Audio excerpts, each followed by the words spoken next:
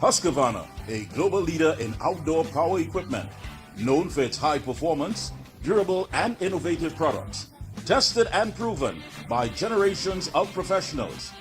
Full after-sales and service support whenever you need it. Contact Provar Distributors Limited, 223-9438 to find a dealer near you. Dust from the Saharan desert, over 6,000 kilometres away, travels across the Atlantic to our little island, filling the air we breathe with tiny dust particles that can trigger an inflammatory response when inhaled into the lungs. Saharan dust travels far and triggers inflammation. Omega XL helps reduce it at the source. Support your body from within. Oh gosh, this place hot. And the AC in this car not working. Check Ryan Air. Ryan Air is ranked among the best in TNT for auto air conditioning service. They specialize in repairing and servicing all makes and models of vehicles and heavy equipment. They also stock a wide range of parts. Give them a call at 640-5828 or visit them at number 41 Kane Farm Road, Tacarigua, or email ryanairac@gmail.com. For prompt and efficient service, look no further than Ryan Air. When you say TNT's construction boss, then there's only one company, Lacroix Construction Services Limited, specializing in general construction, industrial maintenance, manpower resources, transportation and lifting, and equipment rental, excavators, bulldozers, dump trucks, lighting systems, and everything for your project. We have affordable prices.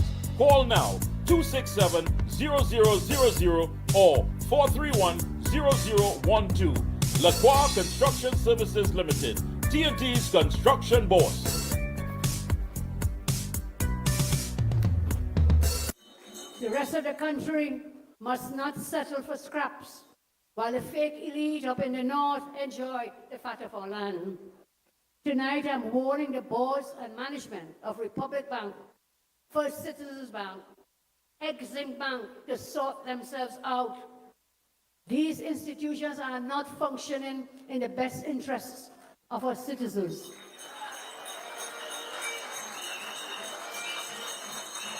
They operate in the interest of a few. Imagine this. This really happened. This is a true story. Imagine a 1%er walks into the office of Minister Jerry John. He comes in with a folder with paper. He puts the paper on the desk. And you know what is on that paper? Puts that paper and he tells her he wants land at Invaders Bay. He said he's getting a loan from Republic Bank to buy the land. Of course, at reduced discounted prices. And guess what?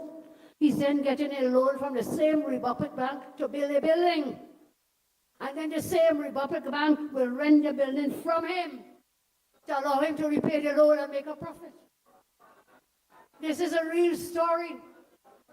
That is what has been happening in secret behind closed doors under the former regime. Thank God you put us into office so we can expose them for their dealings.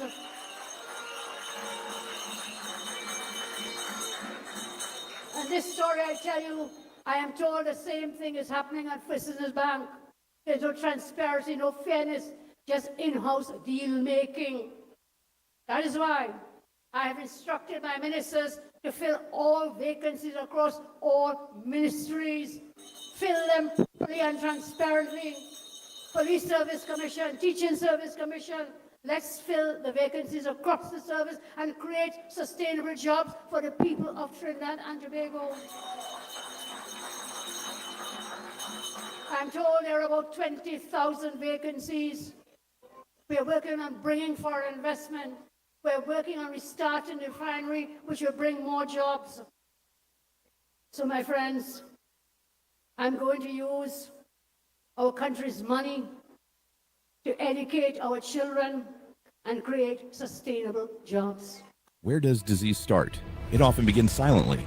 No pain, no symptoms, just inflammation quietly damaging your body. Our choices: food, stress, pollution, all feed inflammation. Chronic inflammation is the root cause of many modern diseases. You can't go back in time, but you can start addressing inflammation before it becomes disease. Omega XL is a natural inflammation fighter clinically researched with over 30 fatty acids and no fishy aftertaste. Available Caribbean-wide at pharmacies and health food stores. Call 1-868-225-0410 for more information. Your heart does so much for your body, your life, your loved ones. But modern stress, diet, and lifestyle can tip the balance, especially with every passing day.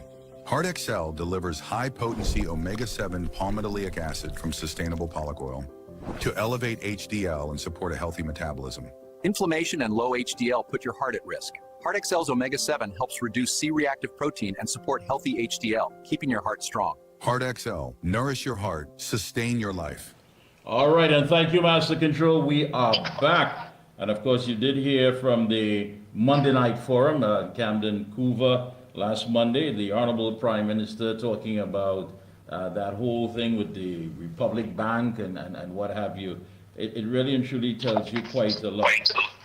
Joining us is a lady who is no stranger to the Observer. Let me say a pleasant good evening to Minister of Rural Development and Local Government, the Honorable Khadija Amin. Good evening, ma'am. Good evening, Mickie, and it's wonderful to be with you and, of course, all your listeners. Thank you.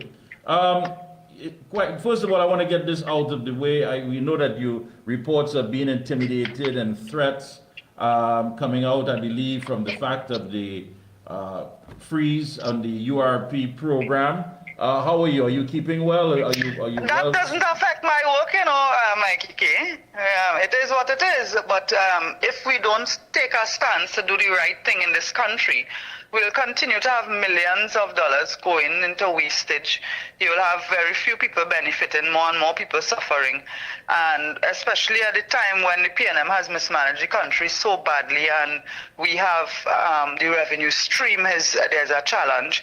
The money that we do have, while our government works on increasing revenue, we have to ensure that the money that we are spending is being used for the right purposes. It's reaching to those in need, and that we are helping real people. So somebody has to take the hard decision, and I applaud Kamala Persad-Bissessar for taking that stand, stating that for her government in terms of going in there and dealing with some of the issues. And I'll tell you, as we go along, we are seeing so much more and more of the mismanagement and poor decisions and things that affected people so badly. And when they're telling people tighten their belt, it wasn't because they didn't have, it was because what it had, they were sending to who they want to send and leaving out other people. And even their own people, their own supporters, their own constituency suffered in those areas that they considered UNC stronghold and UNC safe seat. Of course, they would have left out. But even in the PNM areas as well, they neglected them, they abused them. And the result, well, on the 28th of April, it happened. But I really must applaud Kamala Persad-Bissessar for saying, let us bring back efficiency in our government service, whether you're cutting grass or you're doing something else, and let us have value for money with whatever money we are spending. And do you think that her words would not really receive well because many people didn't understand? I mean, we're talking about a prime minister who is basically leading a socio-economic revolution by stating that, listen, I don't want citizens to be stagnant. I don't want you to just be placed in one area, but there has to be investment in human development, and not just for now, but for the long term as well. Do you think that some people are simply not getting it, or it has become a culture of comfort where people believe that these programs is a sort of God-given entitlement to them?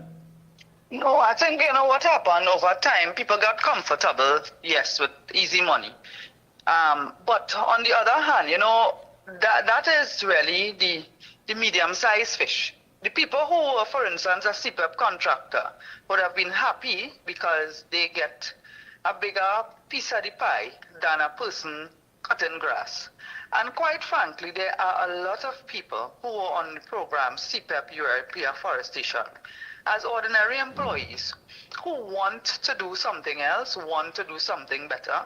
They don't mind cutting the grass, but let us talk about development of their own well-being, their training, their capacity to have meaningful employment that will contribute to the economy of the country on a more long-term basis. So there are people who have potential, who would like to go back to school, who would like to go and study, but they're stuck in these programs because that is what is available.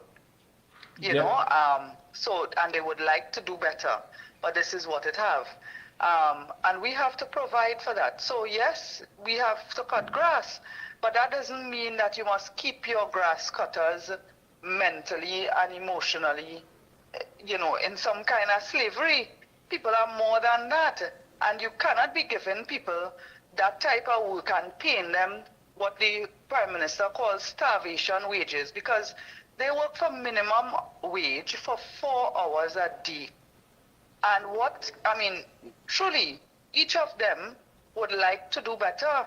They have families, these people have families. So you're paying them these starvation wages, and then on the books, they are considered employed. When you do your data and you collect your census and things, these people are reflected as employed. And it gives to me a false impression of the unemployment numbers. Because even when somebody is working for that smaller salary, they could barely send their children to school sometimes. So I think what the Prime Minister wants to do is for us to have meaningful employment, but also meaningful jobs. Whereas, yes, you might be cutting the grass or you might be cleaning a school, but you are also involved in your community. You are involved in, you know, in uplifting yourself as well. And that sense of pride is what we would want to have for our citizens. But I mean, there are many people who they hold on to the job because that is what they could get right now, but they have the potential and they have the ambition to do more. Well, can we fairly say that those criminal elements that exist in the program are the ones who seem to be driving this sort of resistance? And, you know, you have people making videos and talking about it, because the people who want better, of course, would have a level of understanding that, listen, this may be some sort of a short-term sacrifice, but when everything is cleared up and everything is on stream, there's going to be accountability, there's going to be transparency, and most importantly, the program is going to be better suited to help the people who really and truly needs that help. Quite frankly, I think the majority of citizens understand that the move to restructure those programs is a positive thing for Trinidad and Tobago. And there are two sets of people who are criticizing it. One is the political has-beens, those who were there, who were pocketing the money, those who were there giving their friends and family contract and just leaving the breadcrumbs to the people. And they are now trying to rile up these same people who they give breadcrumbs to try to rise to thing against this government. But I don't think that will work. It is rich coming from the likes of Faris Alwari and Penny Beckles to talk about these people who lost their jobs and whatnot, while they are not telling these people how much of their close friends and family had contracts and were going home with a bigger share of the pie. So they have no moral authority to speak about this thing because they are the ones responsible for the wastage. And then there's another group of people who see themselves as social activists, and some of them have been involved in the program and would have benefited from ghosts and so on, free money. And as far as they're concerned, they're trying to make a living. So if the big boy is running out with a big share of the pie, warm to them if they get a little slice of pie. That's the way they look at it. So they don't see anything wrong with working a ghost, having a card, a debit card, and being rostered as an employee, and you know you're not going to work, but you're getting it. But so what? There's a little bit of money, and them big boys taking more. That's how they justify it, which you can understand in terms of in their sense of fairness. Nothing is wrong with what they're doing. But the truth is that we also there are also people who don't know what's going on and just giving themselves mouth. But nonetheless, all that cannot stop us from taking the bulls by the horns, which the Prime Minister has done, and I support and applaud her for that. There are a lot of areas that local government has responsibility for that has passed to other agencies so that they could give contracts to the boys and the girls.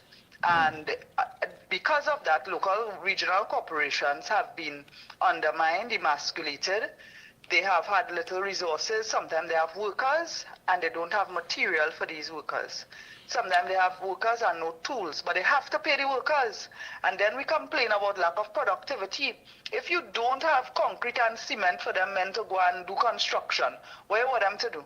They will cut a little bit of grass and go home by 8 o'clock, or even earlier, because they ain't taking the hot sun. They are construction workers, and skilled men are being underutilized in the local government system, in the regional corporations. And I'm saying for staff productivity, we must have material, we must have tools, we must have personal protection equipment, make sure men are properly organized, and you must have leadership and management. So while the government has undermined the regional corporations, it is my belief that regional corporations must be empowered to do the job that they are supposed to do. And I'm glad you raised that issue, because the Honorable Prime Minister also stated, and I quote, if regional corporation workers cannot get their act together, do their jobs, and give an honest day's work, I will cut the funding to the corporations and redirect that money to other divisions that will do the work. Basically, she has read the Riot Act to these corporations, even, of course, calling out a mayor and asking, why is this being allowed? Yes. So the thing is that while that conversation is happening in the national space, I have also been speaking to the unions, because the issue of productivity within the regional corporations is not something new. So as minister, I started the conversation with the unions responsible for the daily paid workers, and they too have their challenges, but they have given their commitment for us to work together to increase productivity. So thankfully that conversation started before the Prime Minister would have raised this issue, and I think her raising this issue has now lit a fire so that you're going to have the speeding up of it, because workers want to be, there are workers who want to be productive. Of course, they always have those who want to sign and go home, come to work in their white sneakers, they ain't cutting no grass, they ain't weeding no road. You know, it have those, they ain't going down in no drain, it have those, but by and large, most of the workers want to be more productive. So I think her statement, and giving that strong statement in terms of that leadership at the helm, has sent that strong message. So I continue to call on all of our employees, all the stakeholders, including the management and the unions, to work with us to increase our productivity. And also, I mean, that contributes to building and rebuilding our communities. Now, you know, in the last administration, there was all of this talk being bandied around about local government reform. Reform this, reform that, putting in place some sort of program that would better deal with the collection of garbage, the maintaining of recreational grounds, cemeteries and what have we. Heard a lot about it, but yet still there was nothing put forward that anyone could say that was tangible, or even presented in any form or fashion that anyone could say that it had bettered their community. You being the local government minister, of course, what can we look for? I mean, I'm sure there's a lot on the drawing board, but give us an idea about all of these things that people have been asking for, with the hope that it's going to be improved. Listen, I hear him talk about local government reform since Hazel Manning was the Minister of Local Government. And consultation, you know how much money they spend? If there's some of that money they spend on them consultation, they'd build a little box drain in our community to stop some flooding, it would be good. They have spent a lot of money on consultation, spending money to host big events and all these things, and all that is well and good. The truth is that the only real reform you had in local government was in 1990 when NAR brought in that Act 21 of 1990 that governs local government now.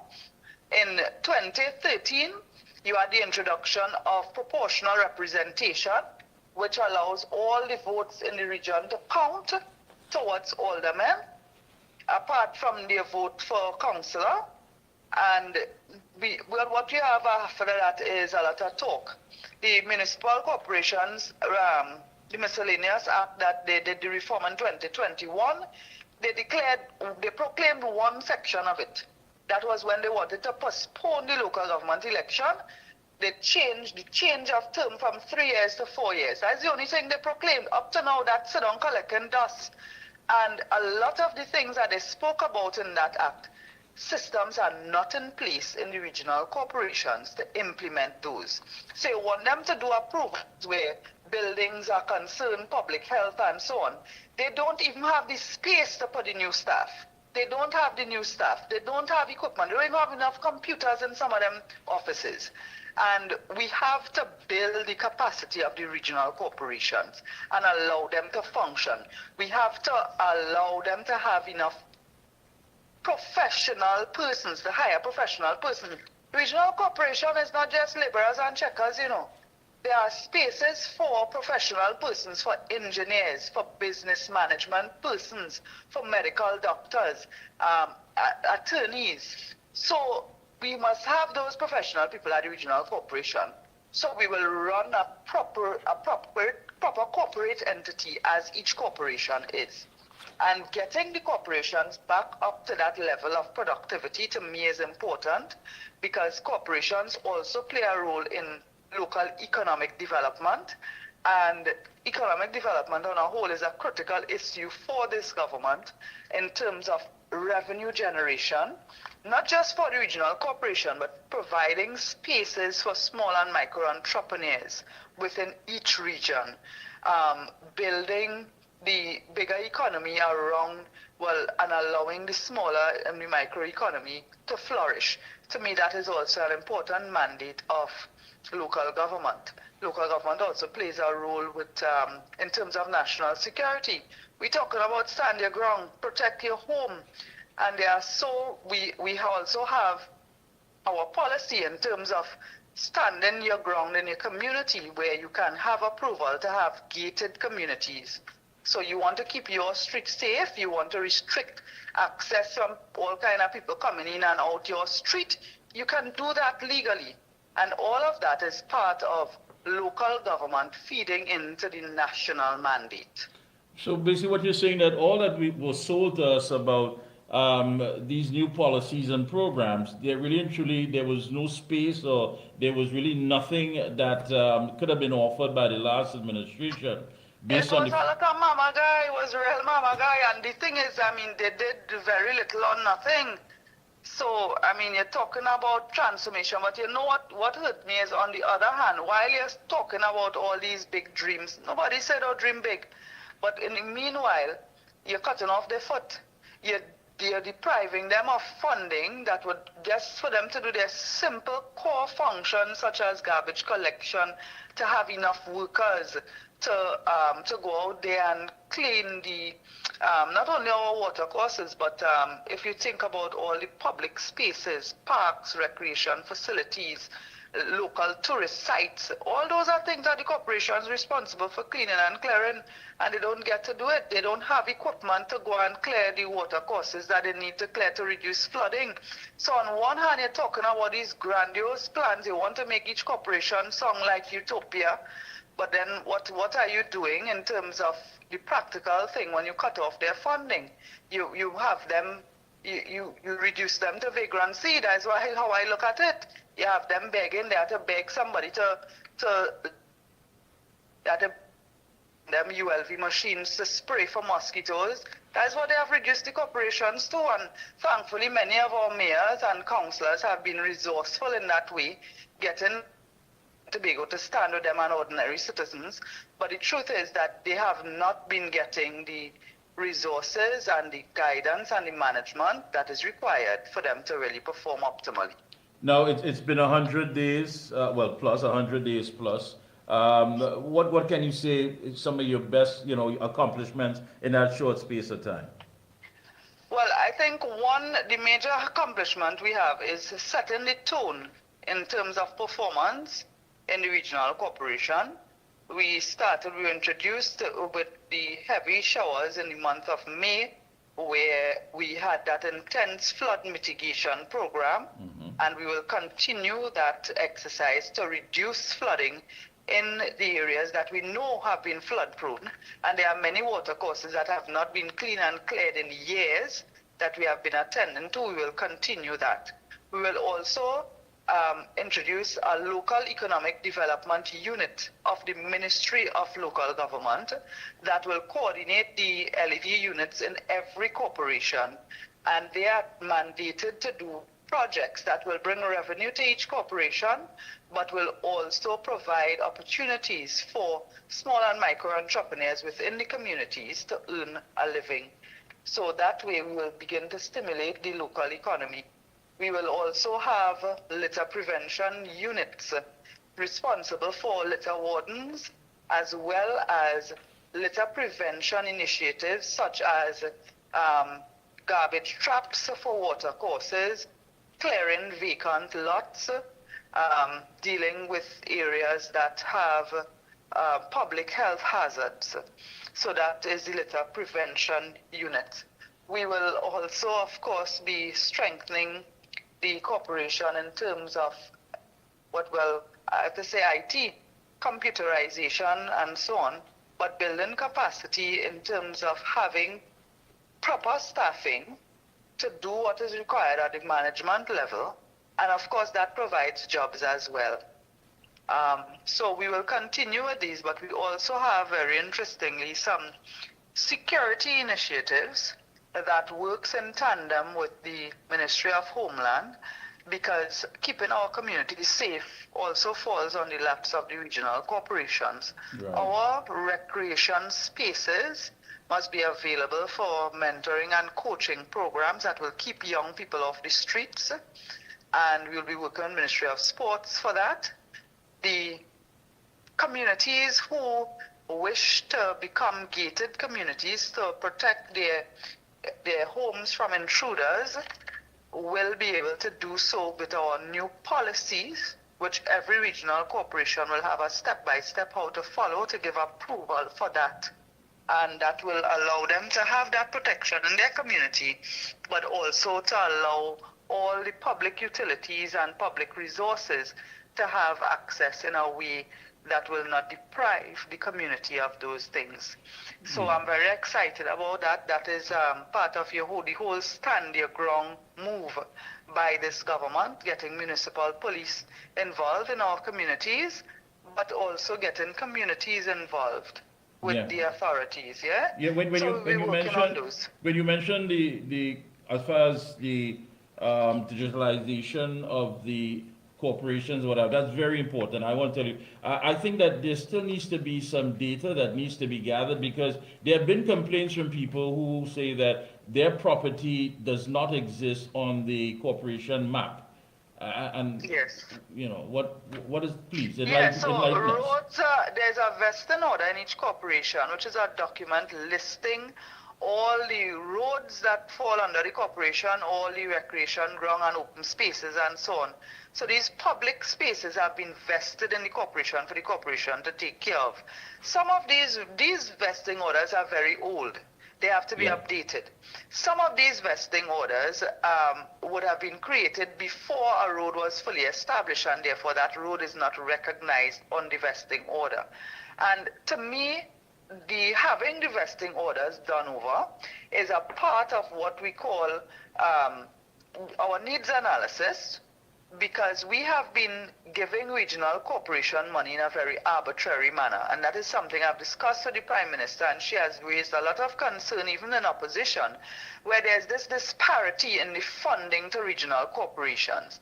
So some corporations get, when you calculate it, might be $1.08 per person for the region to do all the services, while other corporations get $10 plus per person, so that we use it a per capita check, right? But you can also check in terms of geography by kilometer. So there's no real method in terms of how you give how much funds to each regional corporation.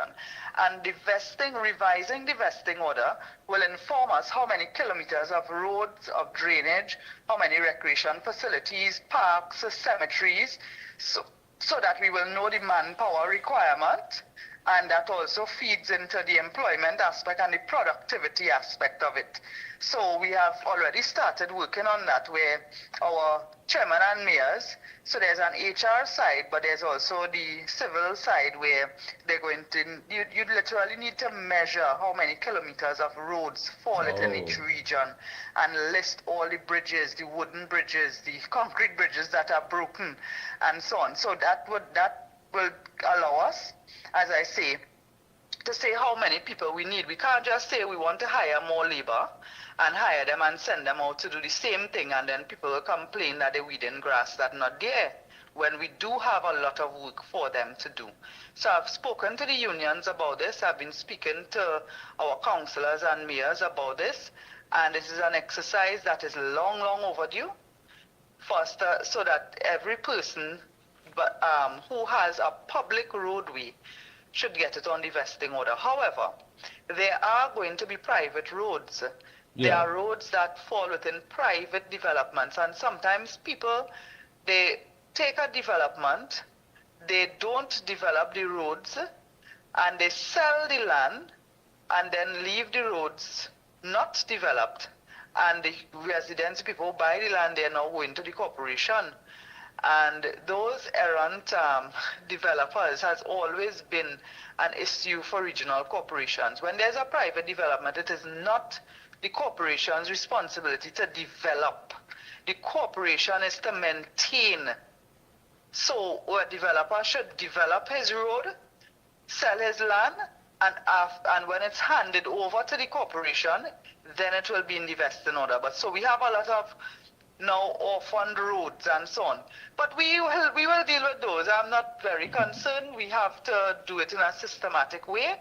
And I really want that the work that we do is not for 5 years. It's not for while UNC is in government, things will run well.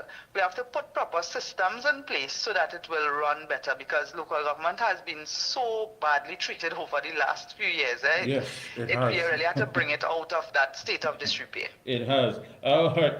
Anything on the bulletin board for the constituency? Any events? I think I saw something with emancipation. Anything happening? What's going on? Yeah, yesterday we had a big, nice emancipation celebration in Oropun Gardens. It was wonderful, well attended. And of course, Professor Selwyn Kojo was our featured speaker, but we also had Mr. Wayne Sturge. We had the the Parliamentary Secretary in the Ministry of Culture, Dr. Ruth Narayan, brought greetings from the Ministry of Culture.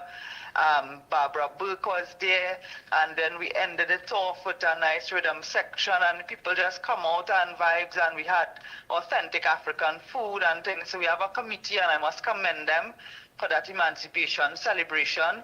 They are having a sports day on the 30th in Oropun Gardens, and we're working in each area. They have like teams and different colors, so we're going to have march past, football, everything on the 30th in Oropun Gardens.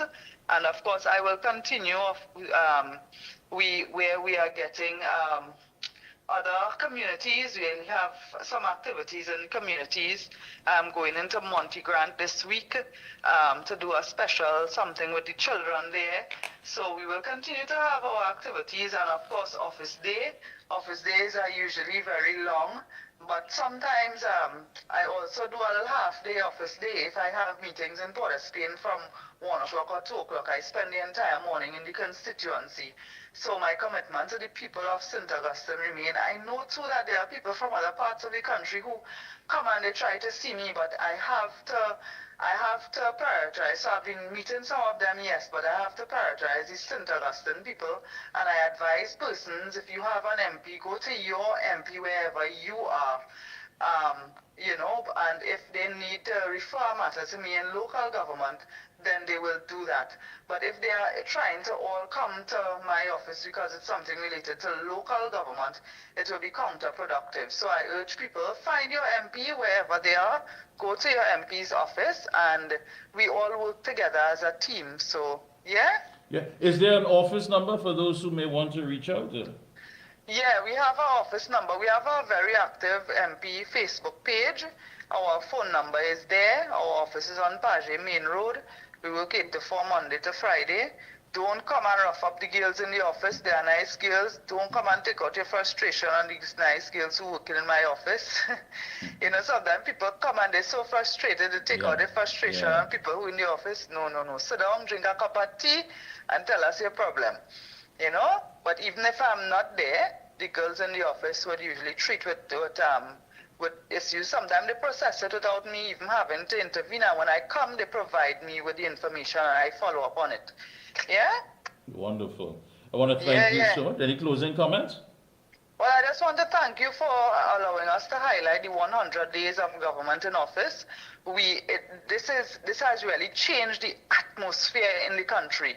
People are feeling a sense of hope, a sense of relief, and we must continue this. The first 100 days, we have achievements in every single area of life that makes life easier for our citizens. I mean, we have licensed office, you have 100 new maxis getting bus route passes, increasing transportation, making it easier for people to get inspection for their vehicles. In terms of trade and the economy, there are so many initiatives. You have ExxonMobil signing this deep water thing with Trinidad and Tobago that will bring revenue to our country. You have 600 new people, interns coming into TSTT. Yeah. I mean, it's just remarkable. So much going on all around. So I'm really grateful for that. And I ask the people of Trinidad and Tobago, this is the government you voted for. Stand with us.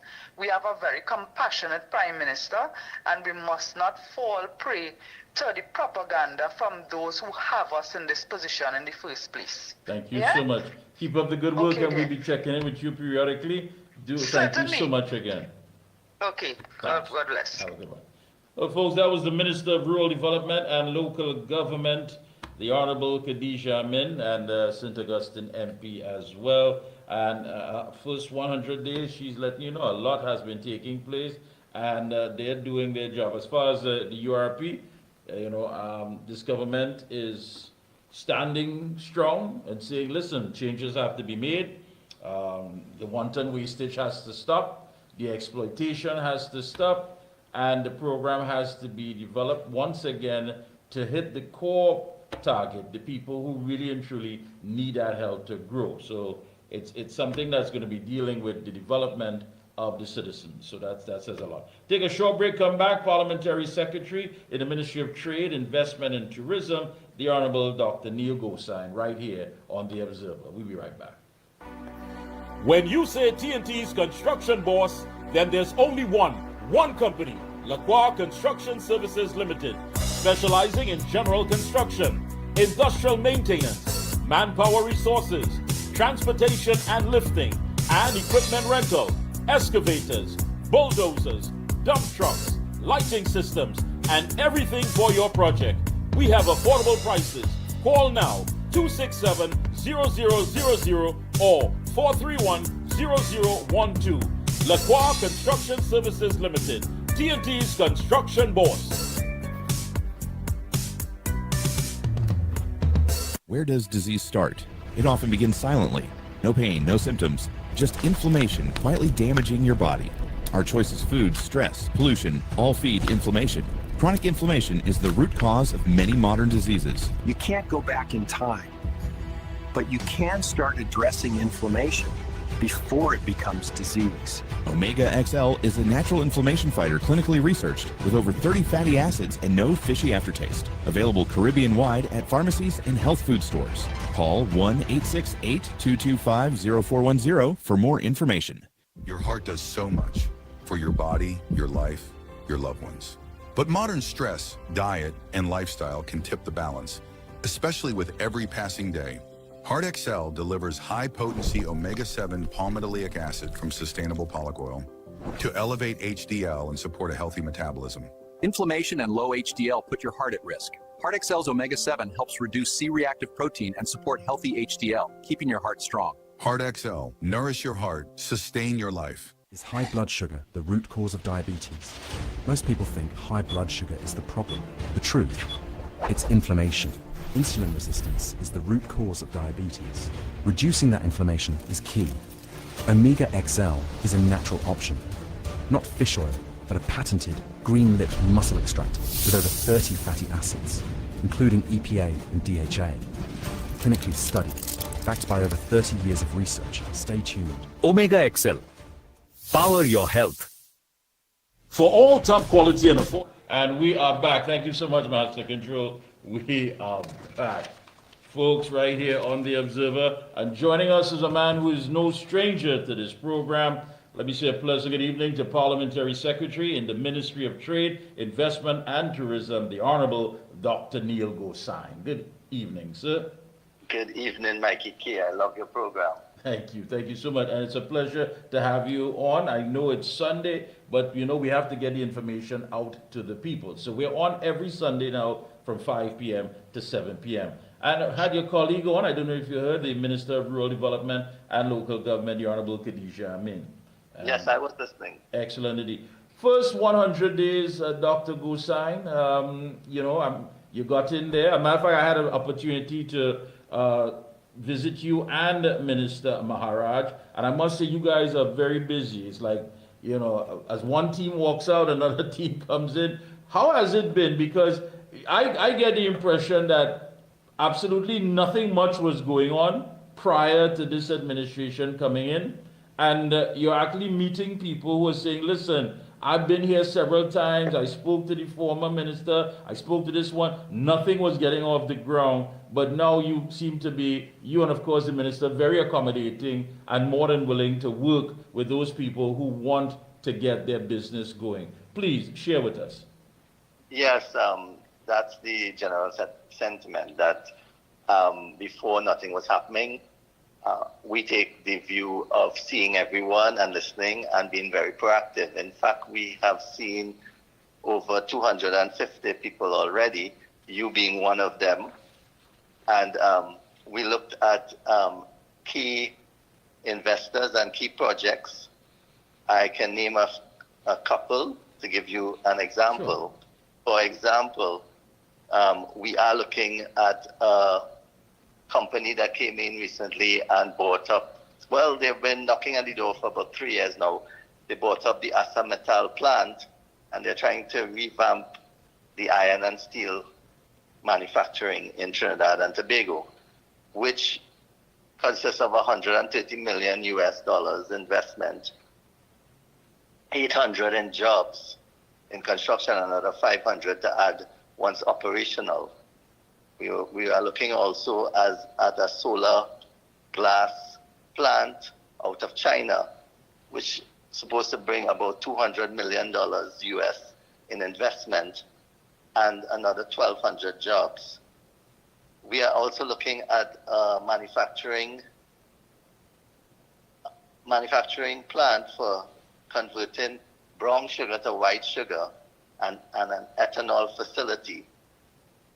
They already have, this consists of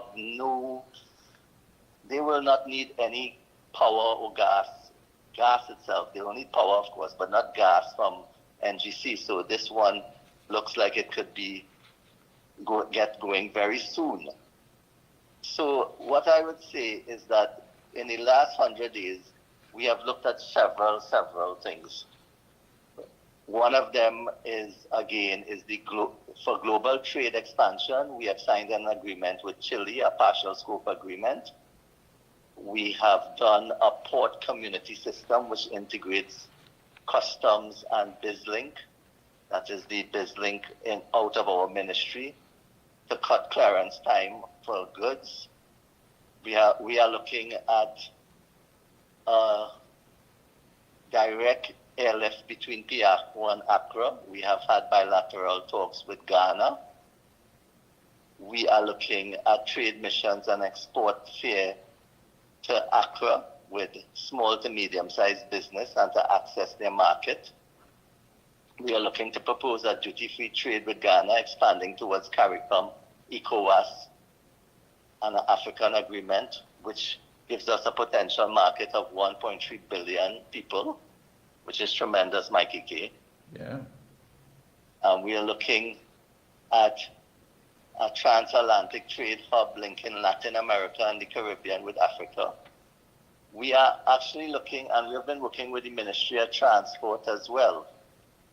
And we are looking at a direct flight from DR, Dominican Republic, and Trinidad and Tobago, and that is Aerojet.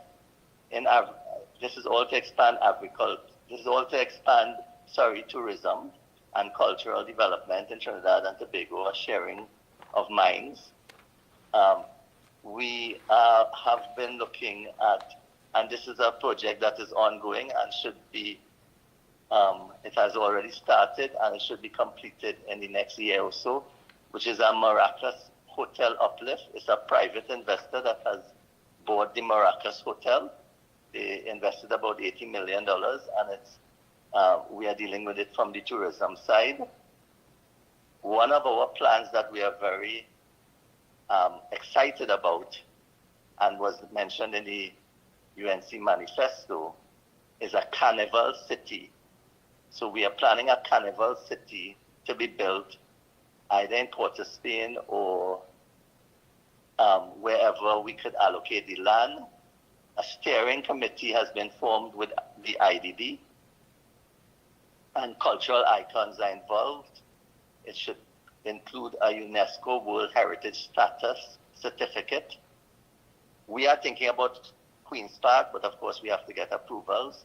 And what we are thinking about there for a carnival city is an all year round carnival city where tourists and people of Trinidad and Tobago can go and actually see how they make mask, bending of the iron, learn to play pan, sample the various foods of Trinidad and Tobago all year round, and visit the fashion of carnival itself, and also calypso and soca mona competitions. So that is something that we are really looking for to boost the tourism.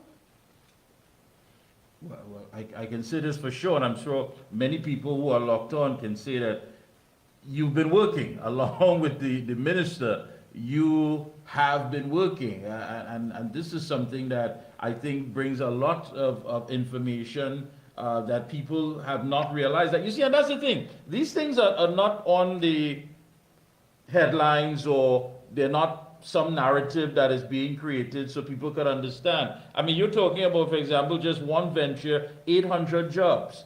And I mean, that's basically what we want to hear. We want to make sure that when these things are here and available, that the citizens benefit. And there's also a training that there's going to go along to help people who want to get involved. You spoke about tourism, and I know that you mentioned something recently in the newspaper about the Maracas beach chair vendors to be regularized soon. You said the management of the vendors, all the vendors on the beach fall under the Ministry of Works, however, but there's no formal contract between the vendors and the Urban Development Company, which is UDICOT. You know, when you look at that, and many people talk about the fact of domestic tourism, that enough is not being done to highlight what Trinidad and Tobago has to offer. And I must give credit to a lot of these creators, these content creators now, who are actually doing some great work, putting out some work out there, and telling us about the locations and beaches and what have you. Is this something that is close to your heart, that you really and truly want to work in developing? Yes, it is, Mickie. And I must say that my minister is also very supportive, very hardworking. He reaches very early in the morning. I have to match the time he reaches the office, 8 a.m., and most of the time we don't leave the office until 8 p.m. He's very supportive of all these projects. He comes up with some brilliant ideas, and I support him completely.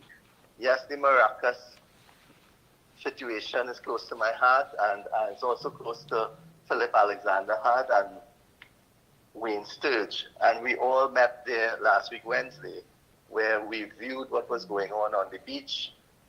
We spoke to some of the vendors, the chair and 10 vendors, and like I said, it falls under Unicot, which manages the vendors. The beach itself falls under tourism, which falls under our ministry. Right. So this is something we are looking at to regularize and to really make sure that it is that companies and young people that are involved in the tent rental and chairs actually have a proper company. They follow the steps properly, and it makes the beach going for the visitors a much better experience, where they will have a spot. If they want, they could go and get the chairs, but it wouldn't block up a normal bather that will come, or a visitor that just wants to sit on the beach with their family and have a picnic and enjoy the view of the ocean, or bathe in the ocean. This is something that has, if you go there now, you will see how much chairs and tents that are spread across the beach, and it actually blocks people. And we want to really see that this is done in a more orderly manner now. Yeah, you just had a very successful TIC, which was the trade show. I'm sure you've done the post-mortem on it. I don't know if you can share some of that information, but I know it definitely was well attended, and I think it sent a very clear message regionally and internationally that Trinidad and Tobago is open for business. But again, you would hear people talk about sometimes the bureaucracy and the red tape as far as getting things done and getting things started. I believe your ministry has been working to assist and to let people understand the process is not as painstaking as many would believe it to be. Yes, in fact, this has been the most successful TIC in the history. 350 people took place, manufacturers and businesses took place in that event, the most ever. That's to show their confidence in Trinidad and Tobago and coming here to launch their business, as well as $1 billion US, it was reported, was traded during that whole TIC convention. So it was very successful. I did speak to the president of TIC and the TTMA several times, and we're looking forward to bigger and better things. The minister took a day and he visited 350 booths that day. I also was there following him all around. So I myself visited 350 booths. So it was incredible. The products you see and the packaging and the quality is world class.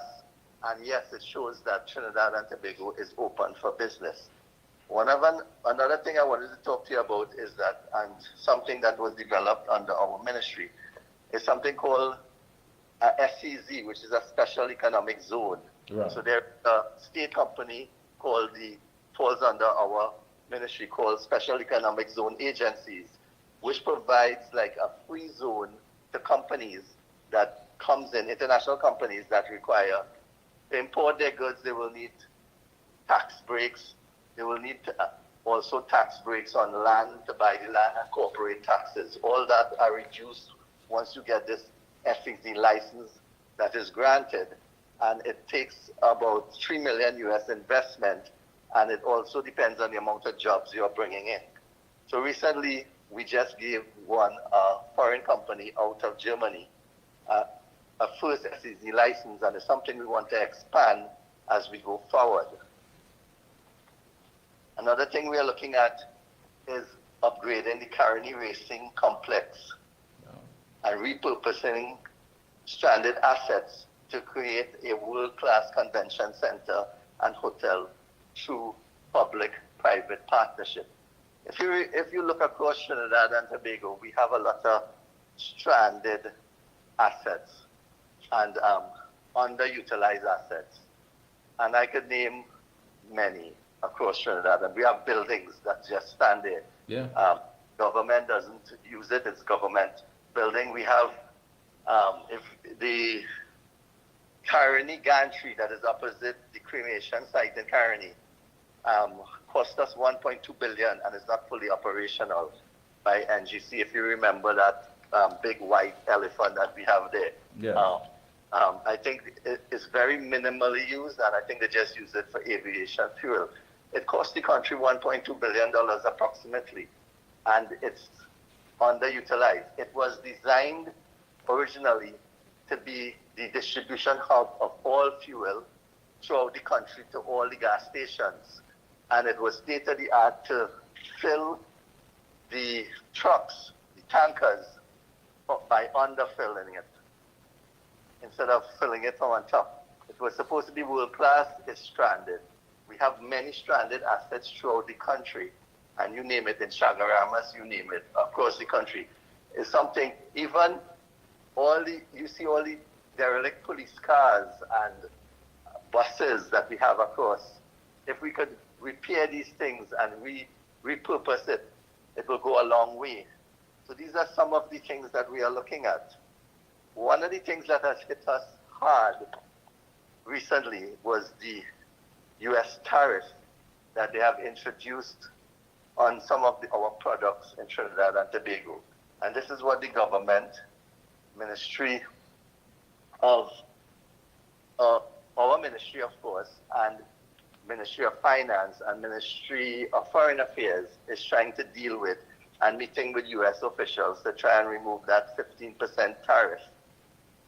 And it has hit particularly the ammonia products, the methanol and urea in our energy industry, and that is what we really want. It doesn't affect oil and those products, but these downstream products, which we are high producers of, and into the U.S. market, it has hit us terribly with that.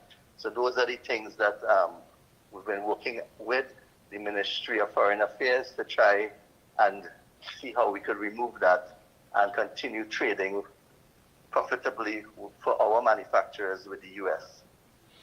And you know, one of the big questions will always be, what about the SMEs? I know the last time I spoke to yourself and the minister, that was a very much a top priority. Are there plans on the agenda to increase or provide more assistance to SMEs?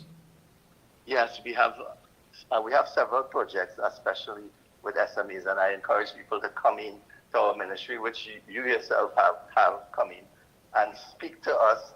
We have a team of people there, and there is a company called Global TT, which is another state company that falls under our ministry.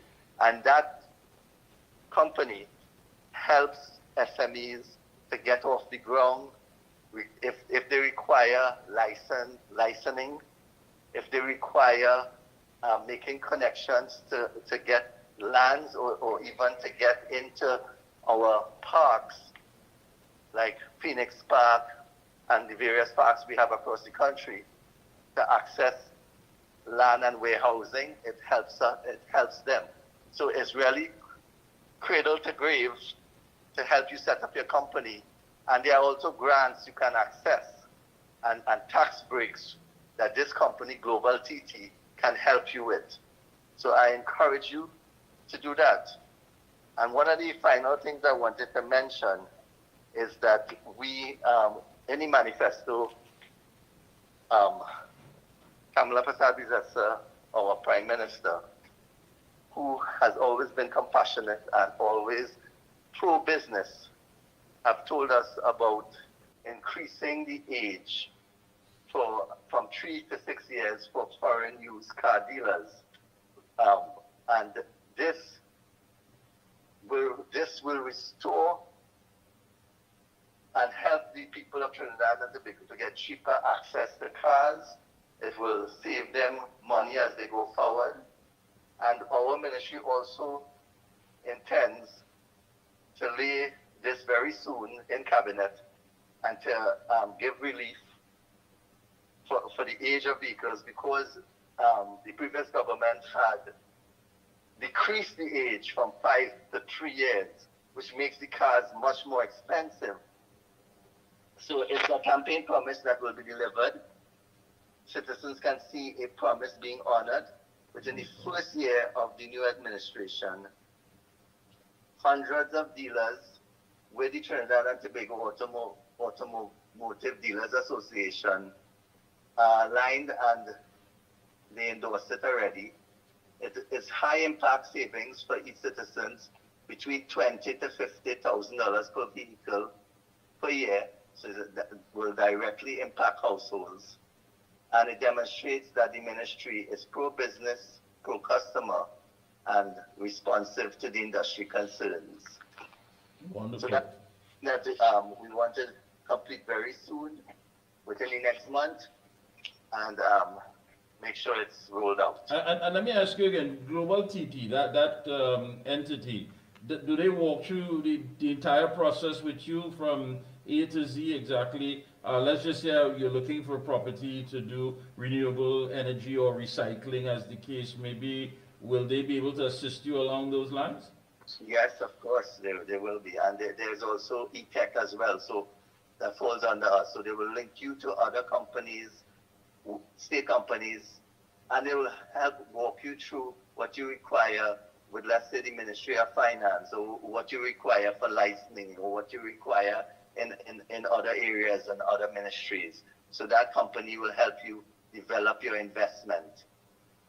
That is what it is there for. Wonderful. Well, I must say you've been working. The entire government has been working, and that's the thing about it. And any closing comments? No, I just want to say that we are happy to have a change in government, of course, and to be under this administration and under the leadership of Kamala Prasad-Bissessar. And yes, we have a hard taskmaster, and we are working. We want to continue to work. And with my ministry, my line minister, and with leadership with Kamala Prasad-Bissessar, we will make a difference, and we will make Trinidad and Tobago strong again. All right. Thank you, Dr. Gosine, for taking time out and enlightening us this evening. A lot of information, a lot of vital and crucial information, and I know that the listening public is going to just be so excited knowing that these things are on the drawing board, and many of them, of course, are just about ready to start operating. So again, hats off to you, and we expect, of course, to hear more as we go along. I'll be checking in with you periodically, and again, thank you so much for taking time out and sharing this information with us. Thank you for having me so much, Mike. It's a pleasure. Thank you so much. Bye-bye. So there you go, folks. The Parliamentary Secretary in the Ministry of Trade, Investment and Tourism, the Honorable Dr. Neil Gosine. Look at that, the ArcelorMittal plant. Somebody is taking a large investment, 800 jobs. A solar glass plant out of China, an ethanol facility. You're talking about flights directly from the DR, Dominican Republic. For those of you who don't know, the Dominican Republic has come up as one of the top tourism spots, especially for those folks in North America and of course in Europe. That the DR is a very popular spot at this time. He spoke about the Maracas Hotel uplift, something I know that Errol Fabian is going to be happy about, the Carnival City, and they're already looking at the funding from the IDB. We talked about domestic tourism, what's going on with Maracas, the Caroni Racing Complex, and making it quite clear that Trinidad and Tobago is open for business. And those foreign used cars, 3 to 6 years. So a lot is taking place, and that Global TT can walk you through the process as well. So things are happening. You don't see them on the headlines. Whatever is negative, you don't see it, of course, across social media. You'll see people making videos and they're cussing and they're talking and they're bad talking or what have you. Why? Because they can't have access to free money anymore. They can't have it their way anymore. They can't have people, they can't exploit people anymore. So they're upset. And they have a problem. But the government is working, and that's the fact, and you can't take that away from it. And it was a pleasure hearing from Dr. Neil Gosine on this matter. Short break. When we come back, we're talking to consumer rights advocate Mr. Trevor Houston, what is going on with these banks, and he is going to share some of these stories. And of course, you heard the Honorable Prime Minister at the last Monday night report. Master Control, run it again for us, please, where she spoke about the banks, and it makes you wonder, how come the average citizen doesn't have that kind of privilege? We'll be right back. The rest of the country must not settle for scraps, while the fake elite up in the north enjoy the fat of our land. Tonight I'm warning the boards and management of Republic Bank, First Citizens Bank, Exim Bank to sort themselves out. These institutions are not functioning in the best interests of our citizens.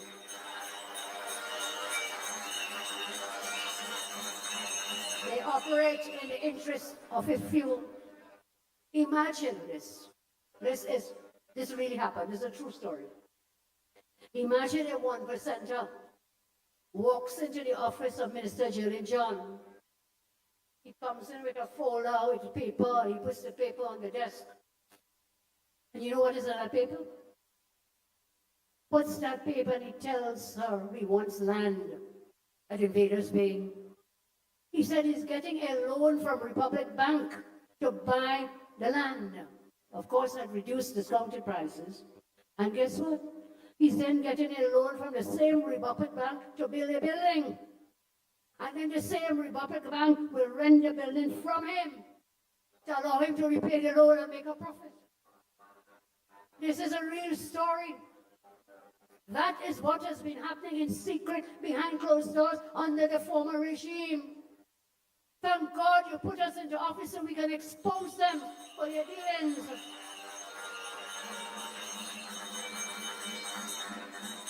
And this story, I tell you, I am told the same thing is happening at First Citizens Bank. There's no transparency, no fairness, just in-house deal making. That is why I have instructed my ministers to fill all vacancies across all ministries. Fill them fully and transparently. Police Service Commission, Teaching Service Commission. Let's fill the vacancies across the service and create sustainable jobs for the people of Trinidad and Tobago. I'm told there are about 20,000 vacancies. We're working on bringing foreign investment. We're working on restarting the refinery, which will bring more jobs. So, my friends, I'm going to use our country's money to educate our children and create sustainable jobs.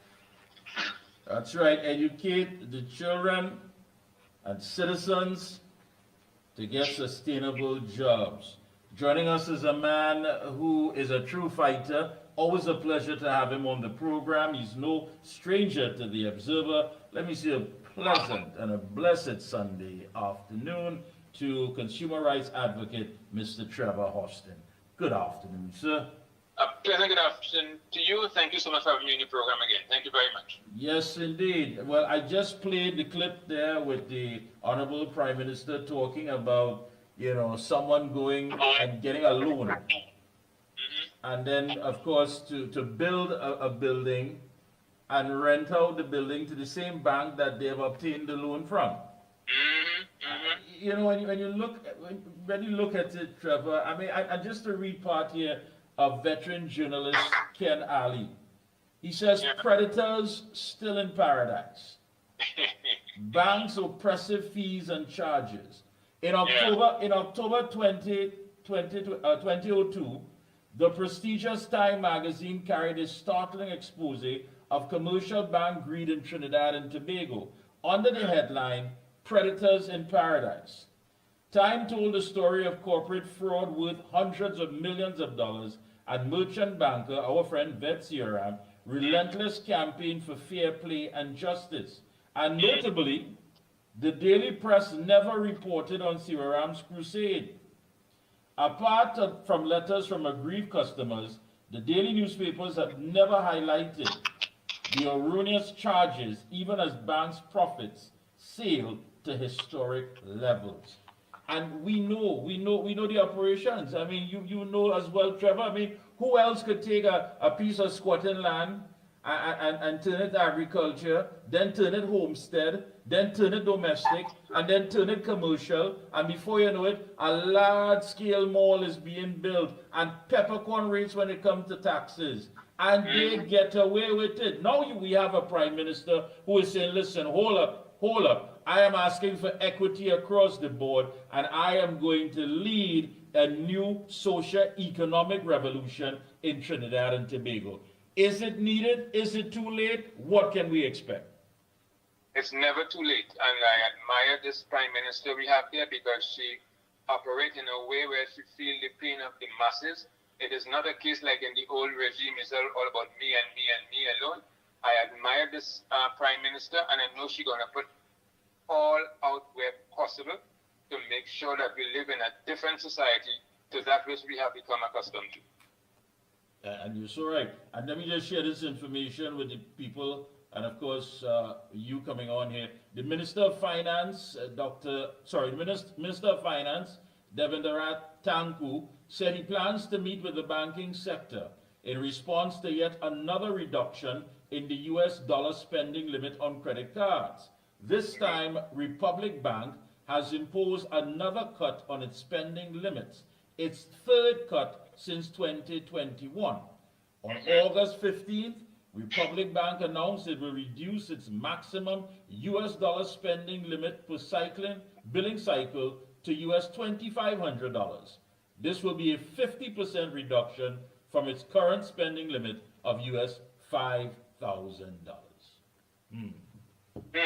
Right. That is for the masses, but like they have their select group of people who can get any amount of money they want. I met a business entrepreneur recently telling me everybody fighting to get money, but he have no problem getting money from the bank. So it's a great disparity there, Mike, that people are not getting the US dollars that they're supposed to get. People of the SMEs, I should say, especially the poor ones of the SMEs, they are not getting the money that they're getting. But the other corporate companies, large companies here, does not have a problem getting foreign exchange at all. And I think that is a great disadvantage because you cater into the smaller minority and forgetting the massive majority outside. The people who are struggling and trying to make it, who are honest and trying to put things together, buy a piece of land, do a little wholesale trade, buying, selling, retail trade, whatever they want to do. And it's a great disadvantage to them for the disproportionate way in which forex is being distributed. And they are aware of that. The last regime couldn't care how much complaints you make about it. They did absolutely nothing about it. It's time overdue that we do something about it at this point in time. I don't know what's going to come out of the meeting with with Minister Tanku. I really don't know, but he should put his foot down and ensure that they get some constructive answers to some constructive questions. Yeah, but and we have to look at it based on the fact that how it is that consumers feel. I mean, many of us look at banks very cagey, and we say, listen, it's not friendly. Most of the times when the bank wants their money, they go about the process in not a manner to call you in and say, listen, you've been a long-serving customer. You've been able to see you rise from one level to the next. Tell us what's the problem. Perhaps we can work with you. We can help you. I look at the status that you have up, and it says that if you have a gun, you can rob a bank. But if you have a bank, you can rob everyone. Is it fair? And get away with it too. You're not only robbing, you're getting away. And we have had this discussion so many times, Mikey boy. People are not standing up. I think part of the grave problem contributing to the inefficiencies going on in the financial sector is that the massive population, the ones that we're supposed to look out for, the one whose vast majority of savings structures the financial sector here. And nobody seems to care about them at all, but they of themselves are not making they're not putting any foot forward in their silence to say, listen to me. This is what I'm going to do. I want to get your help and your cooperation. That does not happen. That does not happen. There was a time when I was young in the business world, maybe 30, 40 years ago, banks used to take pride and pleasure in printing a name on their letterhead. And so if you deal with them, you're proud to say I deal with bank X, Y, Z, and so on. Now, greed has exceeded every facet of the banking sector in Trinidad, or I should say of the economic landscape. Insurance companies, also credit unions now, long ago, credit unions will sympathize and empathize and lift you up where the major bank have let you down. They are just as greedy as the banks now. They need a shake-up also as part of the contribution to the financial sector.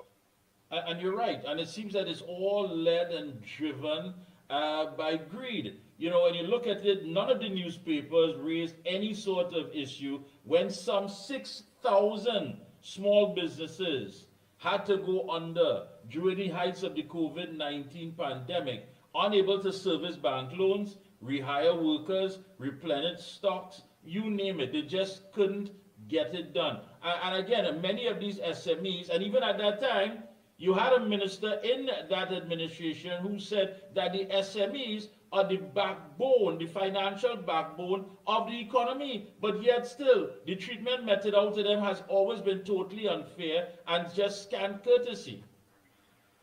Absolutely, absolutely, absolutely. I think part of the problem too, where greed is concerned, is that a lot of shareholders they would not come out publicly and complain about the bank. Because when I was very active in my consumerism, not one will come out, and for the very mere reason that, listen, they want their dividends. They don't care what it costs to get their dividends, what disenfranchisement they will have with the society, who's going to get upset. They just stay quiet, let the bank actually steal from the masses, roll it over and roll it over and roll it over, and they do nothing about it. The newspapers who has not highlighted the iconic Time magazine saying predators in paradise, they are shareholders. And sometimes they are on the same board. They are the same fraternity, more or less, just as the banking executives are one with the governor of the central bank and so on. That is how the system operates. It's a club. We are in the club. We are well secured. The top men of the financial sector, their salaries $1.2 to $2.3 million a year. You understand? They have company car, they have company home, they have everything at their disposal. But they are, in order for them to stay on their high horses, this is what they have to do. Keep as quiet as possible, but they are all of one fraternity. And you did mention, of course, it really and truly is important to have the proper leadership, someone at the helm who understands that the pain that the masses are going through. Because at the heights of that COVID pandemic, the then Prime Minister never called in these banks, these institutions and said, listen, I want you to do better. I want you to understand that there needs to be some sort of relief when it comes to credit card deferrals, small business support, no early withdrawal penalties, and you name it, overdraft fees and what have you. As a matter of fact, at that time, one opposition member had stood up and said, listen, look what they're doing in Barbados. And that individual was ridiculed and said, if you don't like it here, then go live in Barbados. But Mia Motley said she called in the banks and they were able to come to an agreement to make sure that the full brunt of that economic hammer didn't fall on her citizens. So again, it's very important, the person who is sitting at the helm of our affairs, to have an understanding what people go through at any given time with these institutions. That is why Mia is so well respected, highly loved all over the world. That is why she is in control of every single parliamentary seat her party has won on 2 consecutive terms compared to our predecessor Prime Minister here. You know, Mike, the main thing here, you know who props up the banking sector? The vast savings account of the vast majority, you know, that is, let's say, the 92% that the bank will take to lend to the 4%, the 5%, even the 1%. At better terms, better conditions, that sort of stuff. But unless I've been calling about banks since I was more heavy in consumerism for the last 30 years. Nothing has been done. Nothing has been done. I got the banking ombudsman, I got the bankruptcy act. We need a bankruptcy act. You know, another hindrance to successful entrepreneurs is this long-time thing where you have not paid your rent in the mall, you're going through financial problems. They're going to put an ad in the papers by, you know, they will soon put a soon ad in the papers for you saying that you're in arrears and they have shut down your business for lack of funds. These are long-time things. These are long-time things. They just had one out on a company I know very well. They have been in Twin City Mall for 42 years, and they got into financial difficulty like many before them. And you don't do this kind of thing to embarrass people, and that is why a bankruptcy protection is so important. I have to write the AG about it because I got that banking ombudsman from Patrick Manning, who I asked for it. I got it immediately, but it's sitting on the shelf somewhere. I have to make some time and revert to the AG and say, listen, you need to bring this thing forward. If we have, and you have heard me say this, if we had the bankruptcy in operation today, CLICO would have been around today. My dear friend Lawrence would have been around today. The economy would have been stronger today. And let me throw a little bit of racism inside here. If Osteo Pandey was in power, the economy would have been better, CLICO would have been saved. If Kamla was in power at full control at that point in time for the duration of the bankruptcy or the forced bankruptcy, Lawrence Dupree would have been around today, healthy as ever. He would have gone through a little turmoil, rise back up. But if you look at the Commission of Inquiry, Mikey, there's not one negative thing said about Lawrence Dupree. That's right. That's right. There's not one negative thing. He has not done anything that any major company in the United States has failed to do or has done because they've got government support. And our only support is to go and sink you one time. And these are the issues. I'm not straying from the point, but these are part of the destructive issues that is keeping the SMEs from thriving, keeping mainly the African population from prospering. There are a lot of things we need to look at, and I'm glad that this Prime Minister is taking the steps that she's taking right now. And I agree with you, Trevor, 100%. The question has to be, why can't we have transparency and fairness? Why? I mean, why is it that we can't go and shop around and say, listen, what are your interest rates? What are you offering? If I leave money in an account, are you just going to go ahead and take it out interest rates to the point that, you know, there's a service fee, there's a service charge? What are you offering me on overdrafts? All of these things. You know, and this whole perception that you want to sell to me that all the criminal elements wear their pants under the waist and they're walking around with guns. Listen, the true gangsters, the real gangsters are the ones who sit there in those AC rooms and have these meetings and at no time have a sense of compassion that the people that you're milking dry, that you're giving back nothing to them. Perhaps their corporate responsibility is to have a marathon or to have some fundraiser, but that does nothing for the people who are there ensuring that their money, their hard-earned savings, go into these institutions and they get absolutely nothing in return. As a matter of fact, I told somebody, I mean, the worst thing is if you even have to probate a will, because they will tell you, listen, you had to open a special account, and that would be a probate account. Now, it takes some time to open. If you think living is bad, try dying with these institutions. It's 100 times worse. When can we demand, and when is it that we can get fairness and transparency and equity across the board? We have to stop demanding now, Mike. We have to take greater action. We had a Prime Minister who said the poor have to support the rich. Not that the rich should support the poor and, you know, make loans easier for them, take them under the wings and show them, you know, successful methods that they have used that brought them to that pinnacle of success where they are right now. And I think I don't want to be radical or strong radical, but sometimes peace is necessary. Sometimes war is necessary to bring peace. And if they are milking us dry, why do we want to continue to take it? Why can't we shut down? Why can't we close down? We have called for enough meetings, enough conferences, enough this, enough that. But guess what? We are what they use for pawn broker lending. You want a car, we'll give the car as collateral. You want to buy a piece of land, the land is collateral. You want to take out a home, but we can give you the mortgage. If you don't pay, we take it back. But it's still like taking a risk on you. Every single state in the United States, all the banks are required to have small business loans. To tutor young people coming up in business, some from school, from college.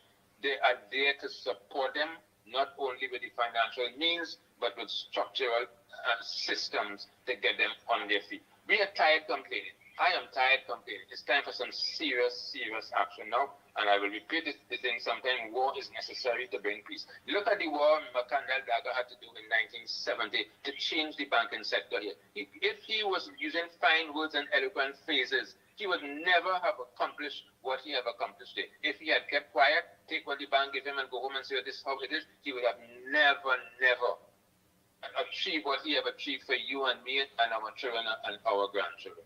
We have to do more. I agree. Any closing comments? Go right ahead. We have the power. We should know how to use the power we have. Let me tell you something. The banks are nothing without us. But we are like rice grain.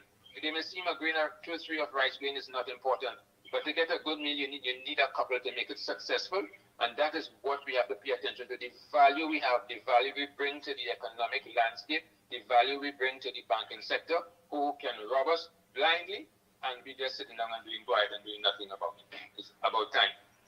It's about time. Thank you so much again for taking time out to link with us this Sunday evening. Keep up the good work, and I will be checking in with you because this issue is, it keeps going on, and we are not tired. We are not fed up. We are going to highlight it, and I want to thank you for your courage and the fact that you're always there when I call upon you to deal with these issues and the interests of the people of Trinidad and Tobago. Thank you so much, my friend. Thank you, and I feel blessed having this particular Prime Minister here with a compassion for the poor. I feel a love and a concern for that at the moment.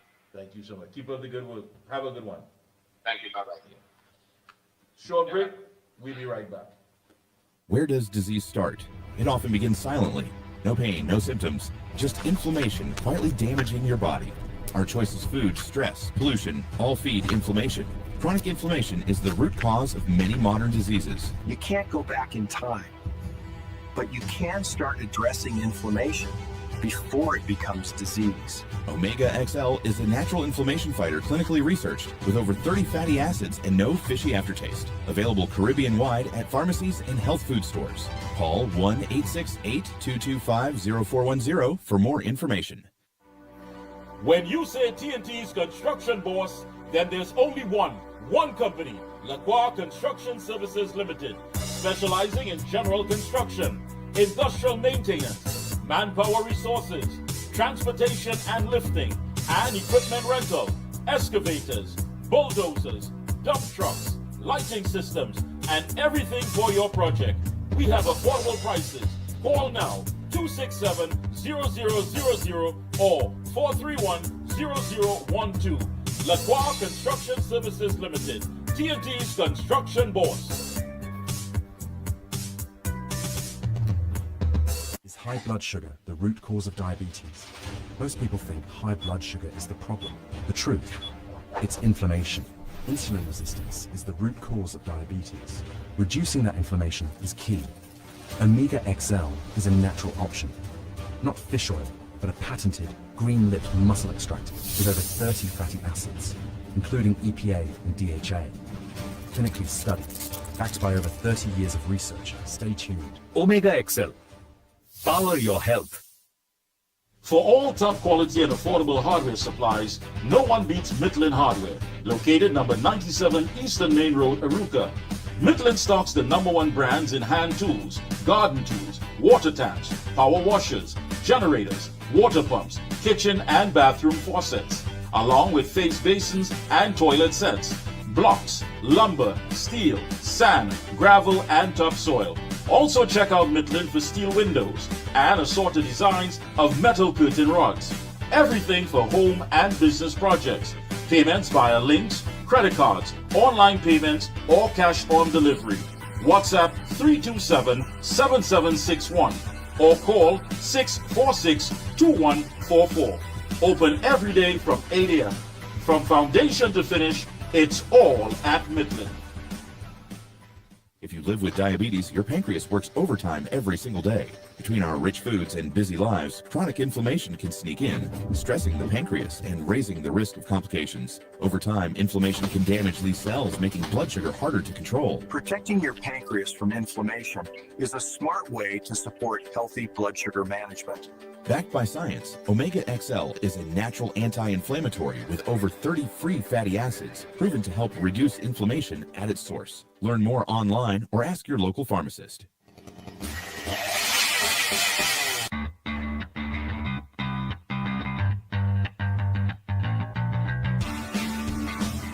Husqvarna, a global leader in outdoor power equipment, known for its high performance, durable and innovative products.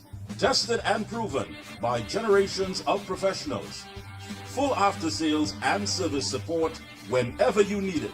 Contact Provar Distributors Limited, 223-9438 to find a dealer near you. Dust from the Saharan desert, over 6,000 kilometers away, travels across the Atlantic to our little island, filling the air we breathe with tiny dust particles that can trigger an inflammatory response when inhaled into the lungs. Saharan dust travels far and triggers inflammation. Omega XL helps reduce it at the source. Support your body from within. Oh gosh, this place hot. And the AC in this car not working. Check Ryan Air. Ryan Air is ranked among the best in TNT for auto air conditioning service. They specialize in repairing and servicing all makes and models of vehicles and heavy equipment. They also stock a wide range of parts. Give them a call at 640-5828 or visit them at number 41 Cane Farm Road, Tacarigua, or email ryanairac@gmail.com. For prompt and efficient service, look no further than Ryan Air. Your heart does so much for your body, your life, your loved ones. But modern stress, diet, and lifestyle can tip the balance, especially with every passing day. Heart XL delivers high-potency omega-7 palmitoleic acid from sustainable pollock oil to elevate HDL and support a healthy metabolism. Inflammation and low HDL put your heart at risk. Heart XL's omega-7 helps reduce C-reactive protein and support healthy HDL, keeping your heart strong. Heart XL, nourish your heart, sustain your life. Where does disease start? It often begins silently. No pain, no symptoms, just inflammation quietly damaging your body. Our choice is food, stress, pollution, all feed inflammation. Chronic inflammation is the root cause of many modern diseases. You can't go back in time, but you can start addressing inflammation before it becomes disease. Omega XL is a natural inflammation fighter clinically researched with over 30 fatty acids and no fishy aftertaste. Available Caribbean-wide at pharmacies and health food stores. Call 1-868-225-0410 for more information. When you say TNT's construction boss, then there's only one company, Lacroix Construction Services Limited, specializing in general construction, industrial maintenance, manpower resources, transportation and lifting, and equipment rental, excavators, bulldozers, dump trucks, lighting systems, and everything for your project. We have affordable prices. Call now, 267-0000 or 431-0012. Lacroix Construction Services Limited, TNT's construction boss. Is high blood sugar the root cause of diabetes? Most people think high blood sugar is the problem. The truth, it's inflammation. Insulin resistance is the root cause of diabetes. Reducing that inflammation is key. Omega XL is a natural option. Not fish oil, but a patented green-lipped muscle extractor with over 30 fatty acids, including EPA and DHA. Clinically studied, backed by over 30 years of research. Stay tuned. Omega XL. Power your health. For all top quality and affordable hardware supplies, no one beats Midland Hardware, located number 97 Eastern Main Road, Arouca. Midland stocks the #1 brands in hand tools, garden tools, water taps, power washers, generators, water pumps, kitchen and bathroom faucets, along with face basins and toilet sets, blocks, lumber, steel, sand, gravel and topsoil. Also check out Midland for steel windows and assorted designs of metal curtain rods. Everything for home and business projects. Payments via links, credit cards, online payments, or cash on delivery. WhatsApp 327-7761 or call 646-2144. Open every day from 8 a.m. From foundation to finish, it's all at Midland. And tonight, I'm warning some persons. You know who you are. You're already cavorting with the same crooked contractors and lawyers and P&M financiers and corrupt fake elite. Get yourselves out of that now, because I will come for you.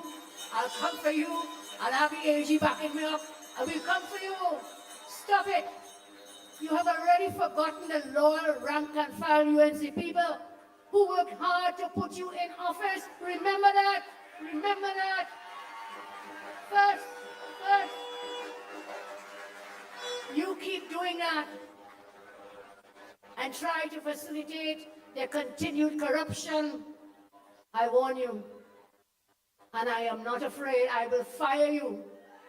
I will ensure you face the courts.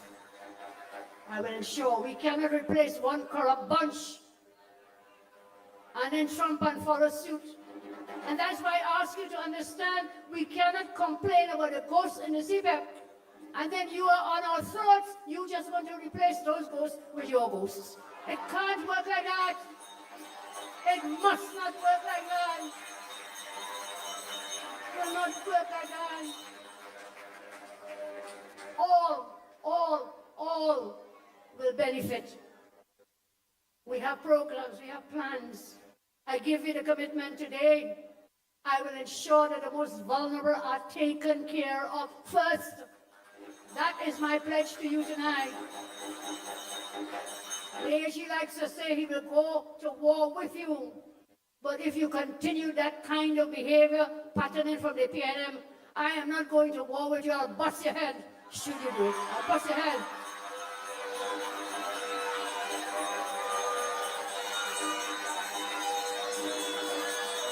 The UNC rank and file, and I, and many, worked too hard to put us back into government. For some people to be now favoring the same corrupt, eat-a-food fake elite. Lyman and Hyatt, Lyman some restaurant up in town, people would never sit at the same table with you. You are now seen in Port of Spain, sitting at those tables. Learn your lessons. They will carry you, but they will not bring you back.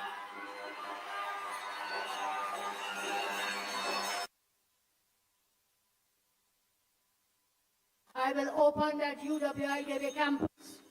We together will open that campus so more of our children will have access to tertiary level education at affordable prices, all the way from the South Peninsula down in La Brea and Point 14 on the southeast coast coming down. They can all converge at that DB campus and don't have to come up and take spaces at St. Augustine. Let the people up on the corridor here and in the north, they will have more spaces opening to them at St. Augustine. So that the south and central people can come down to the South DB campus. We will get it done for 10 years. Out of spite, malice, wickedness, I can't find the right words. You kept that university shut. It was about 95% complete, shut down for 10 years. I tell you, the money that we make, we'll use it for laptops. I commit again today, your children will get their laptop when school reopens. I know many of you are worrying about school books. Well, let me tell you something. Yes, books are very important. The Minister of Education says they have a program. The MPs and councillors are working to help you with your books and so on. But you see that laptop? It's not just going to be a laptop to play the games that Mr. Sturge told us about. What was it? Name some of those games they play. Minecraft and blah, blah, blah. Okay? We are going to put real craft, not Minecraft, into those laptops so that the need for the books will not be as tremendous as it appears to be. You're going to get, Minister of Education is working on it, Dr. Dowlat, you're going to get work, school work on those laptops. You will be online. You will be amongst the world's best educated children. So never fear, because Kabla is here. That's right. Never fear. Never fear. Folks, at this point, we did, of course, have the Minister of Culture and Community Development, the Honorable Michelle Benjamin. She wanted to do the interview, but she's not 100%. I told her, get some rest. Get some rest. I really and truly, we applaud your commitment and your dedication, but at the same time, you're only human. And so she's a bit under the weather. She had quite an active weekend, of course, with the launch of Carnival taking place on Friday gone, and other activities as well in the constituency. So she's a bit under the weather. I told her just, get some honey and lime and get some medication. And when you're up and moving, perhaps next Sunday, and she said next Sunday is fine. So I just want to let you know that yes, she did, of course, answer the call, but she is under the weather. And it happens. These are things that happen. But just to remind you that Probiotic XL combines 3 innovative strategies to restore balance to your digestive system. Probiotic XL contains 11 important probiotic strains, protective shield technology, and clearphage that all together make it one of the best probiotics on the market. And Probiotic XL promotes digestive health and immunity by supporting growth of good bacteria and neutralizing harmful ones. So the lines are open. Again, we heard from the Minister of Rural Development and Local Government, the Honorable Khadija Amin, talking about different programs and, of course, giving us the reality when it comes to this entire thing that was being sold to us as local government reform. She said the space wasn't there, the resources were not there, so it really truly did not make sense. It wasn't going to amount to anything. And she spoke about things that need to be put in place in order for this to be efficient, whether it be garbage collection, taking care of infrastructure, taking care of cemeteries and play recreational parks, all of these things. She spoke about the URP and making it quite clear that the program will, of course, be revamped. The entire objective is to ensure that the people who rely on the program is going to have a bigger play in it, and not the extortion and not the criminal elements that were spoken about and mentioned, but definitely to deal with the human development of many of these people who are part of the program. So I want to thank you for that. Parliamentary Secretary, of course, in the Ministry of Trade, Investment and Tourism, the Honorable Dr. Neil Gosain. He spoke about, the ArcelorMittal plant, large investment, someone's buying it over, 800 jobs. He spoke about a solar glass factory that is going to be set up, a plant by I believe Chinese investors, by the Chinese ethanol facility, domestic tourism, regional tourism, and of course many of the other programs such as E-Tech and Global TT. Those are things that you can turn to as part of the Ministry of Trade that provide for SMEs and people with the entrepreneurial spirit to get involved, and they will walk you through the entire process. And of course, you just heard from consumer rights advocate Mr. Trevor Hostin, enlightening us and telling us, listen, the time has come. There's a great leader to help, someone with vision and someone who has the compassion to understand what the masses is going through. So again, 225-9790, 225-9790. And if you want to make a WhatsApp call, you can call 494-0938, 494-0938, and get on the inside. And again, I want to thank all the guests that we had. And this is where the information is, and we're going to be sharing it with you. Again, these things don't make the headlines, because I guess anything that deals with the development of citizens and getting them the interests that they're looking forward to is not going to sell newspapers. So you don't see this on the headlines. But again, a lot of work has been done in just the first 100 days. So I know there's a lot more on the agenda and there's a lot more that people would want to get in, but to get in, capitalize on it. I can't stress that enough. Get in there. Don't just sit on the sidelines. Get involved. The only fear factor here should be the fact that you just simply have a fear of getting in. That's nonsense. Get involved. There are many programs. Again, Dr. Gosain laid it out, and I'm sure there's a lot more, and all of these programs and policies is going to be beneficial to you, the people of Trinidad and Tobago. 225-9790, the lines are open, 225-9790 or 494-0938. If you want to make a WhatsApp call, 494-0938. Let's take a short break, and we'll be right back. Dust from the Saharan desert, over 6,000 kilometers away, travels across the Atlantic to our little island, filling the air we breathe with tiny dust particles that can trigger an inflammatory response when inhaled into the lungs. Saharan dust travels far and triggers inflammation. Omega XL helps reduce it at the source. Support your body from within. Oh gosh, this place hot. And the AC in this car not working. Check Ryan Air. Ryan Air is ranked among the best in TNT for auto air conditioning service. They specialize in repairing and servicing all makes and models of vehicles and heavy equipment. They also stock a wide range of parts. Give them a call at 640-5828 or visit them at number 41 Cane Farm Road, Tacarigua, or email ryanairac@gmail.com. For prompt and efficient service, look no further than Ryan Air. Your heart does so much for your body, your life, your loved ones. But modern stress, diet, and lifestyle can tip the balance, especially with every passing day. Heart XL delivers high-potency omega-7 palmitoleic acid from sustainable pollock oil to elevate HDL and support a healthy metabolism. Inflammation and low HDL put your heart at risk. Heart XL's omega-7 helps reduce C-reactive protein and support healthy HDL, keeping your heart strong. Heart XL, nourish your heart, sustain your life. Where does disease start? It often begins silently. No pain, no symptoms, just inflammation quietly damaging your body. Our choice is food, stress, pollution, all feed inflammation. Chronic inflammation is the root cause of many modern diseases. You can't go back in time, but you can start addressing inflammation before it becomes disease. Omega XL is a natural inflammation fighter clinically researched with over 30 fatty acids and no fishy aftertaste. Available Caribbean-wide at pharmacies and health food stores. Call 1-868-225-0410 for more information.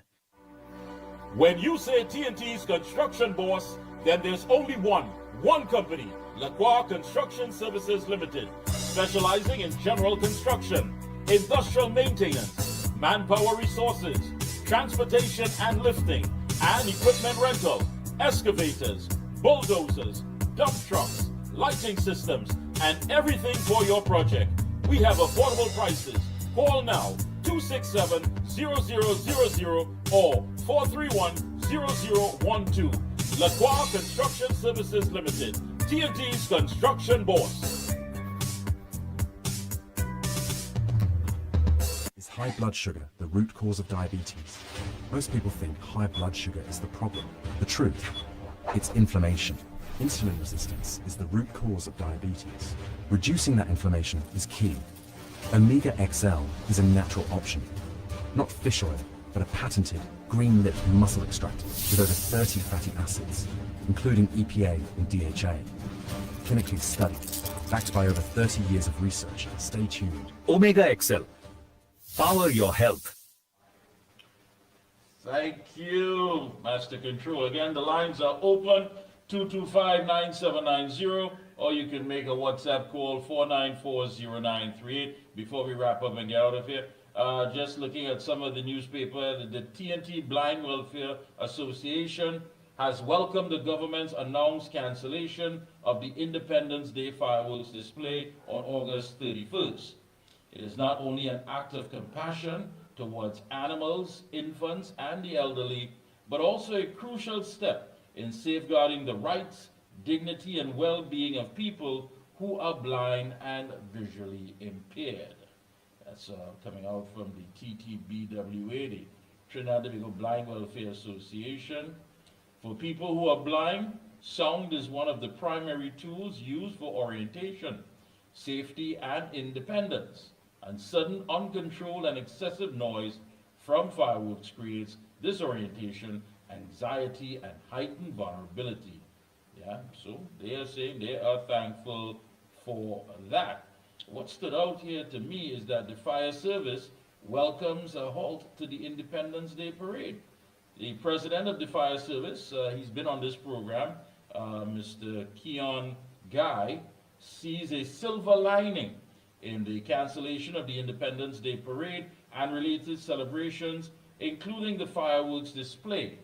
The FSA president told the media in a voice note in response to questions that while the fire service enjoys being able to engage with the public and put the discipline of its officers and its equipment on display, the parade puts a strain on their already limited resources. It does have a practical benefit to the fire service. Specifically, he said, it allows us to keep all available appliances at the available stations ready to respond to situations without much compromise. And someone went as far as to say, yeah, why would I miss seeing equipment that is not going to respond if I have an emergency? So well, I guess that's weighing in on it. So again, 225-9790 and 494-0938. We will take your calls at this time. Get on the inside before we pack it in for this evening's program. Again, I want to thank all our guests, the Honorable Khadija Amin, Minister of Rural Development and Local Government, Parliamentary Secretary in the Ministry of Trade, Investment and Tourism, the Honorable Dr. Neil Gosine, and Consumer Rights Advocate, Mr. Trevor Austin. And of course, I did mention to you that the Minister of Culture and Community Development, the Honorable Michelle Benjamin, is under the weather, not 100%. She was very much wanted to come through, but I said, just, if you're not feeling well, just get some rest, and we will, of course, reschedule. So, again, 494-0938 and 225-9790. Well, I guess there's no one on the outside, so what I should do is look at perhaps what was said by the PNM in all of this. And that should make some people happy. I know Marvin Gonzalez had a lot to say. I know as well that others had weighed in on the issue, so maybe that's really and truly where we need to go to get that information out to you. So a lot is really doing. So Marvin Gonzalez is saying that the government must clear the air on the Independence Day parade cancellation. Former National Security Minister and People's National Movement Chairman Marvin Gonzalez says he doesn't believe that security considerations due to the state of emergency were the reason the government canceled this year's Independence Day military parade. He's now urging the government to come forward and explain their reasoning. So he wants an explanation. He wants them to clear the air, on why is it. Gonzalez challenged the explanation put forward, referring to remarks made by Police Commissioner Alistair Guevara during his appearance to the media, where he claimed the criminal threat which prompted the SOE was neutralized. So he accused the government of using the SOE as a reason to cancel the parade to conceal the real reason, which he speculated could be due to poor coordination or financial issues. Well, Marvin, one has to ask the question, if you're talking about financial issues, who drained the treasury and where the money gone? So there you have it, folks. So last call before we make our way out of here, until of course next Sunday, 5 p.m. to 7 p.m. right here on Guile, and of course Real Media TT, Tigo, Facebook, YouTube. And I want to thank you so much for locking on. That brings us to the end of our program.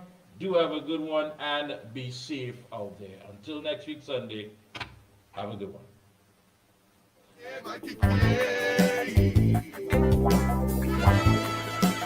The Observer.